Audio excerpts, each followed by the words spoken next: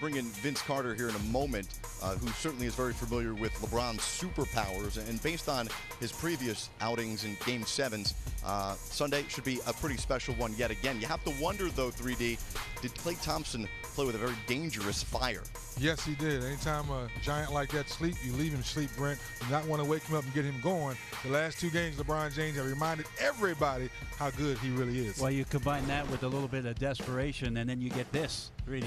No question about it. Right here, we're talking about the space LeBron James is having. He's attacking the defense. Every time he backs up like that, he gives himself more space to see where the defense is coming, if they're going to trap, if they're going to switch, and this is when they pitch him apart, Brent. Yeah, the other thing is he's not really worried about the first defender on him. I mean, LeBron James is too gifted of an offensive player to worry about one guy in front of him. He's surveying the floor with all that spacing, and he's seeing where his teammates are lining up. He knows where the help side defense is coming from, and then he's able to make his decisions. It's unbelievable that now LeBron James is shooting the ball with so much confidence. I think that's the key for a lot of us, how you attack the defense. Right here, poor decision to go on the top side. Now you attack the paint. And when you're in attack mode, we talked about it, no bogut. Now he can see the floor. And you say, wait a minute, the Cavs do not move. Now they're moving better without the ball. Now you have the shooter on the wing, Tristan Thompson on the baseline for the alley-oop dunk.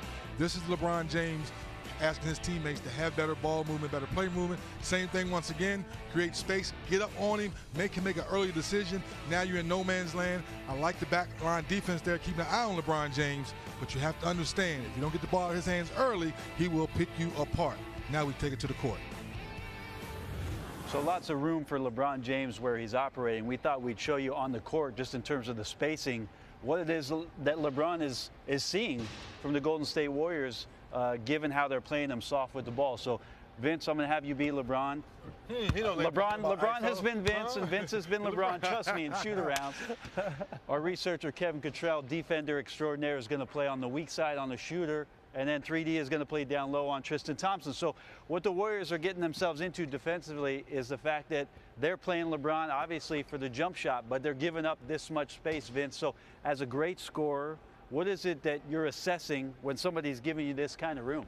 Well, being that LeBron's so powerful, he knows if you're giving me this much room and I can get a head start, get my body on you, he backs up and then he gets going. If he gets into the middle, he now has you beat on his hip. You have to respect him getting all the layups that they've gotten all series long to step up here. So now he has options. He still has his corner 3, he has a corner 3, and of course he has the lob here. Now, I want you to stay right there. All of the basketballs on the floor represent where the Cavs are. So let's say I'm Klay Thompson and I'm the weak side guarding the three-point shooter. As 3D moves up and tries to stop LeBron James, I've got to get underneath Tristan Thompson, who's getting rebound position. Now we're giving up something else, which is this corner 3, and LeBron's able to find that too. Which now you put the pressure on this defender here. Depending on if this is the knockdown shooter or the knockdown shooter, he has to be prepared to either stay home or be the next man to rotate back to not allow him to get that three-point shot. So let's reset it and think about maybe what Golden State might try to do, Vince, in terms of speeding up the possessions for the Cleveland Cavaliers in these ISO situations. What I see them maybe doing, 3D, is stepping up, removing this space from LeBron James and getting into the body and determining which way they want him to go. So let's say we're in a force right situation. Immediately as LeBron backs up, if I'm Harrison Barnes or Andre Iguodala, I'm stepping towards him and making sure that he's going right. And as he starts to go, even if he stops and hesitate, dribble and pulls back, I'm stepping back to his body and I'm going right. What are you doing here, 3D, as he gets beat? Well, it depends on who this is. If this is J.R. Smith or if this is Kyrie Irving, I'm staying home because I don't want them to get loose. If this is Richard Jefferson, I can show early, but make sure I get back. Or Shumpert, because they can make timely shots when they're not knockdown shooters. So you want to show your numbers early to make LeBron James think you're going to double team him so he can maybe swing the ball to the weak side. So you take away the shooter. Kev, you come and replace me real quick because I'm going to show you the big and his responsibility in this. Kev is up now. We're in a hard right force. I know for sure I've got support for Kevin. He's going to get beat. LeBron's going to come. I'm coming over here, and now the situation is we're committed to LeBron giving up the ball. We're going to make him find these shooters. Can he find them? We know he will, but we're not having LeBron James beat us in one-on-one isolation play. Let's also say real quick, the comfort thing, the one thing about that, you take LeBron from being comfortable. Most teams, when you put the pressure on the ball, now if he sits here with no pressure, he can see it. The difference here, you want him to turn his shoulders a little bit. Now when he backs up, whatever, he's still here. He goes now, under duress, everybody steps up. He has to either run this guy over or allow somebody else to take the shot, which they want LeBron to make the decision and take the shot if possible. Let's go back to pick and roll situation just real quick, because we know the ISOs can be about stepping up and taking up space. What if the Golden State Warriors, instead of doing what they do and they've been resigned to switching all these screen and rolls, decide to trap LeBron James? So Kevin's coming over on the screen, and now we're trapping LeBron. What we're saying at this point is we are going to make LeBron James give the ball up and have somebody else beat us. But there's also critical thought process as to where that first pass is going to go. Is that right, Vince? Correct. It depends.